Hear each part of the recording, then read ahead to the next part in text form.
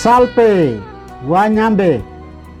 Selamat pagi saudara-saudari yang dikasihi Kristus.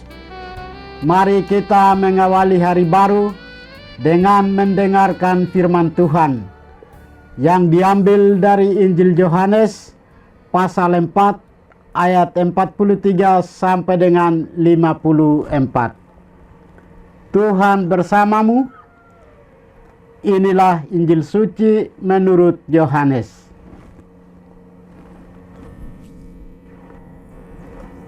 Sekali peristiwa, Yesus berangkat dari Samaria dan pergi ke Galilea, sebab ia sendiri telah bersaksi bahwa seorang nabi tidak dihormati di negerinya sendiri. Setelah Yesus tiba di Galilea, orang-orang Galilea pun menyambut dia, karena mereka telah melihat segala sesuatu yang dikerjakan Yesus di Yerusalem pada pesta itu, sebab mereka sendiri pun turut ke pesta itu. Maka Yesus kembali lagi ke Kana di Galilea, di mana ia membuat air menjadi anggur.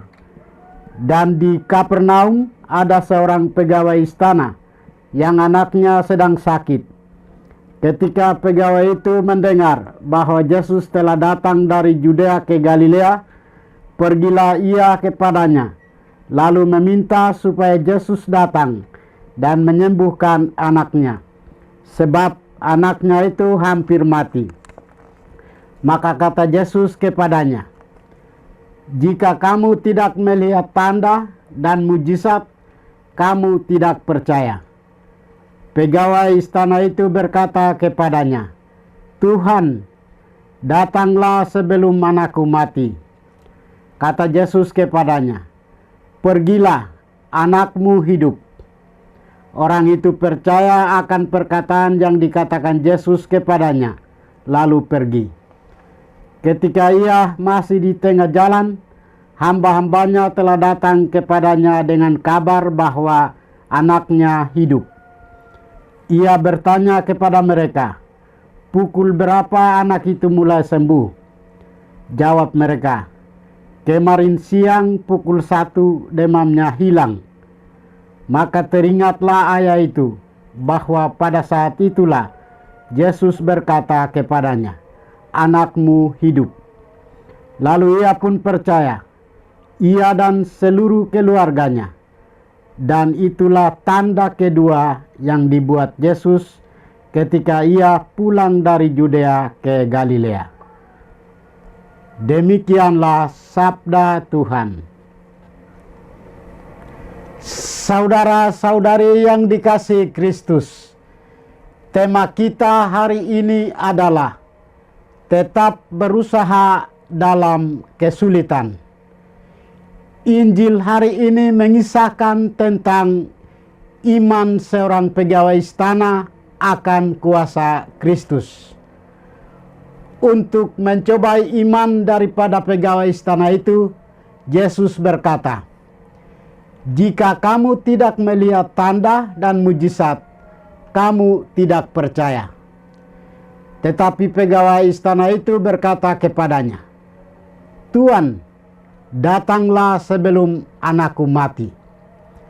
Jawaban iman ini mau menunjukkan bahwa pegawai istana itu memiliki iman yang kuat. Ia sangat percaya kepada Yesus. Tidak ada keraguan di dalam dirinya tentang kuasa Yesus. Maka Yesus berkata, "Pergilah, anakmu hidup." Orang itu percaya kepada perkataan yang dikatakan Yesus kepadanya, lalu pergi. Dan memang benar-benar terjadi. Sebelum ia tiba di rumah, anaknya sudah sembuh.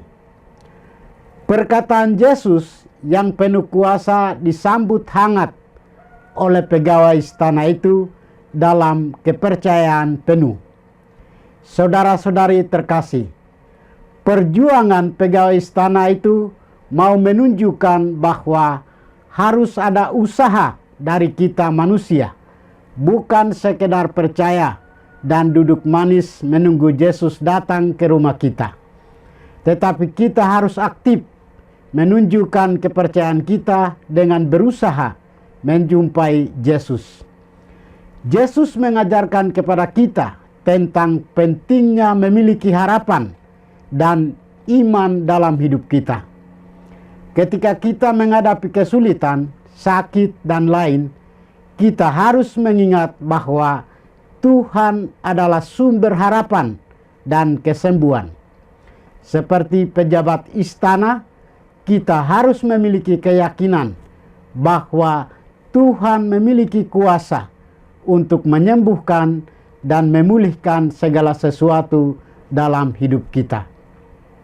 Sebagaimana Nabi Yesaya dalam kitabnya menjelaskan tentang janji-janji Tuhan tentang masa depan yang penuh harapan. Tuhan berjanji menciptakan langit baru dan bumi baru, di mana tidak ada lagi kesedihan, penderitaan, atau kematian. Ini adalah janji bagi orang-orang yang percaya kepadanya dan hidup dalam iman.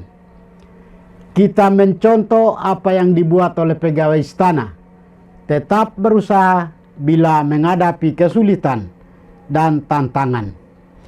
Kita percaya kepada Tuhan dan berdoa kepada Tuhan, itu saja tidak cukup, sebab Tuhan selalu menunggu usaha dari kita. Tuhan memberkati kita. Marilah kita berdoa. Tuhan, kami bersyukur kepadamu karena Engkau sudah menjaga kami saat kami tidur maupun bangun. Terima kasih untuk udara sejuk dan segar pagi ini. Kami mohon, bukalah mata hati kami dan mampukan kami untuk memandang kemurahan dan karya-Mu. Ya Tuhan, bimbinglah kami untuk menyadari kesalahan kami dan bertobat, agar dengan rendah hati kami mampu untuk membuka hati dan siap menerima rahmat-Mu dalam hati kami. Kristus terang dunia, berkatilah keluarga kami. Jadikanlah kami alat kasih-Mu dan pantaskanlah kami menjadi hamba-Mu yang setia. Demi Kristus Tuhan dan pengantara kami. Tuhan bersamamu.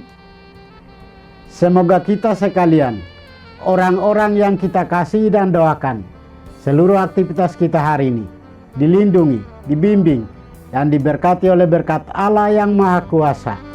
Dalam nama Bapa dan Putra dan Roh Kudus. Amin.